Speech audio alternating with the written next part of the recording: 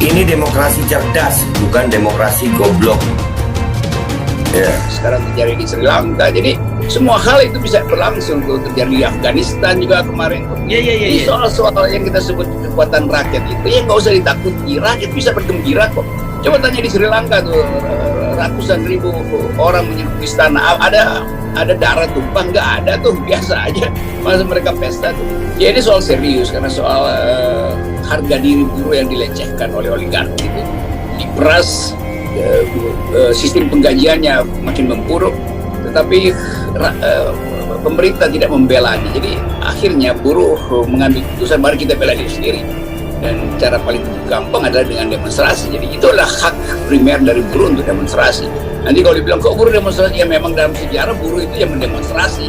Karena nggak mungkin buruh itu bertambah kebijakannya yang sudah diputuskan secara sepihak. Selalu begitu keadaannya. Di seluruh dunia sepanjang abad, hak pertama buruh adalah demo. Jadi itu sebetulnya kita hanya mengembalikan fungsi politik dari buruh, yaitu mencari penyelesaian di jalan. Nah, kalau di dalam ruang-ruangan kan itu urusan pemerintah yang nggak bisa lagi diintervensi. Ada bahasan terkait hal tersebut, memang belum dibahas lebih lanjut. Kenapa? Karena memang kita coba berfokus pada isu yang coba kita tolak dari wacana yang muncul dari pemerintah, wacana yang muncul dari istana gitu. Kenapa? Karena wacana ini tentu tadi ya inkonstitusional, lalu juga menciderai demokrasi, berpotensi absolute power gitu. Kita tahu kalau power stands to corrupt, absolute power corrupt absolutely. Gitu. Jadi, nah ini kenapa tadinya ada demo, ya sampai ada aksi ini. Ini semua reaksi dari pemerintah sendiri. Selalu berdebat antara aparat hukum dengan mereka yang mau menyampaikan aspirasi. Padahal aturan hukumnya sudah jelas kan, hak warga negara untuk menyampaikan pendapat tidak hanya dilindungi undang-undang ya, tetapi juga dilindungi oleh konstitusi. Kalau ini yang namanya unjuk rasa sebagai bentuk dari kemerdekaan menyampaikan pendapat di muka umum, itu memang dijamin oleh konstitusi dan tidak membutuhkan izin untuk menghindarkan agar ini tidak dipasung kebebasan menyampaikan pendapat, karena ini kan berkenaan dengan hak-hak asasi manusia atau hak konstitusional. Dan ini sudah ributnya dari dulu, izin nggak izin itu ya kan, dibilang darurat, semua kegiatan sudah berlangsung termasuk demonstrasi, ya kan, tidak dibilang darurat, tidak ada pencabutan. Makanya saya katakan ada masalah di governance-nya, ada masalah di aturan yang nggak jelas.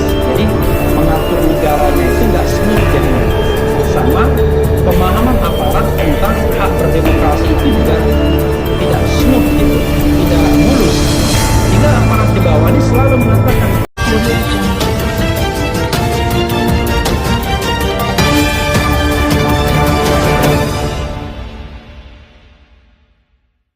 negaranya bangkrut. Presiden Sri Lanka kabur ke luar negeri. Presiden Sri Lanka meninggalkan negara Rabu pagi, beberapa hari setelah mengunjuk rasa menyerbu rumah dan kantornya serta kediaman Perdana Menteri. Jakarta, Indonesia dinilai perlu melakukan upaya mitigasi guna mencegah kebangkrutan seperti yang terjadi di Sri Lanka. Seperti diketahui, negara dengan ibu kota Colombo itu dengan mengalami krisis politik dan ekonomi yang berimbas pada kebangkrutan. Indonesia perlu melakukan mitigasi pada faktor-faktor yang berkontribusi pada terjadi inflasi. Selain itu, Indonesia juga perlu merespon konflik geopolitik global dengan kebijakan yang tepat dan berintoleransi pada kepentingan masyarakat luas, kata peneliti Center for Indonesian Policy Studies, Hasran dalam keterangan tertulisnya Kamis, tanggal 14 bulan 7 2022. Hasran menjelaskan, sebagai negara lain, Sri Lanka juga tidak lepas dari dampak kondisi global. Tapi selain itu, kondisi Sri Lanka juga dipicu oleh adanya salah satu urus atau mismanagement dan korupsi. Ia melanjutkan, kondisi tersebut diperparah dengan kebijakan utang luar negeri yang tidak mempertimbangkan kemampuan bayar taksud pemotongan pajak, hingga pelarangan impor pupuk kimia. Meski demikian, perekonomian Indonesia masih relatif jauh lebih aman dan terkendali kalau dibandingkan dengan Sri Lanka.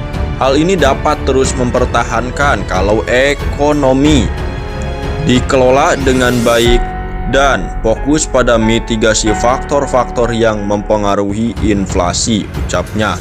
Hasran menerangkan, Indonesia dan Sri Lanka memiliki kondisi makroekonomi yang tidak sama.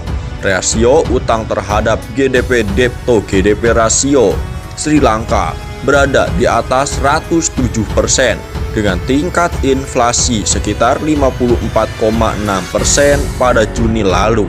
Sementara itu, rasio utang terhadap PDB Indonesia pada akhir bulan Mei 2022 hanya 38,88%, jauh di bawah ambang batas yang diatur dalam UU Keuangan Negara, yakni 60% dari produk domestik bruto dalam kurung PDB. Selain itu, mayoritas hutang Indonesia berupa surat berharga negara yang berdenominasi rupiah lebih dari 70%. Berbeda dengan Sri Lanka yang terlilit hutang valuta asing dalam jumlah besar dan mayoritas ialah utang luar negeri. Inflasi Indonesia pada bulan Juni, walaupun terbilang tinggi kalau dibandingkan di tahun-tahun sebelumnya, juga masih dalam kategori aman, yaitu sekitar 4,35%. Hasran menilai kenaikan harga pangan dan energi di tingkat global mulai berdampak ke Indonesia dilihat dari inflasi atau kenaikan harga umum per Juni 2022 mencapai 4,35%. Oleh karena itu, pemerintah perlu fokus untuk menjaga keterjangkauan masyarakat terhadap pangan, salah satunya dengan memastikan ketersediaannya yang cukup di pasar, sehingga dapat dijangkau oleh semua lapisan masyarakat, terutama mereka yang berpenghasilan rendah. Di saat yang bersamaan, penguatan kapasitas petani dan upaya-upaya untuk meningkatkan produktivitas dengan nasional juga perlu diteruskan, katanya. Indonesia, lanjut Hasran, juga perlu mewaspadai konflik-konflik geopolitik, terutama yang berpotensi menyebabkan ketidakpastian ekonomi global.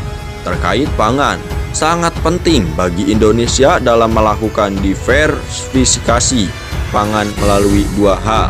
Pertama, menemukan sumber impor baru agar tidak ada ketergantungan pada satu negara tertentu. Kedua, memperkuat sektor pertanian Indonesia melalui upaya modernisasi yang berkelanjutan, imbuhnya. Indonesia juga perlu tetap aktif dalam perdagangan internasional, fokus pada ekspor produk yang bernilai tinggi dan terbuka terhadap impor untuk menambah daya saing produknya. Tindakan proteksionis sudah terbukti dan sejalan dengan tujuan pemulihan ekonomi nasional.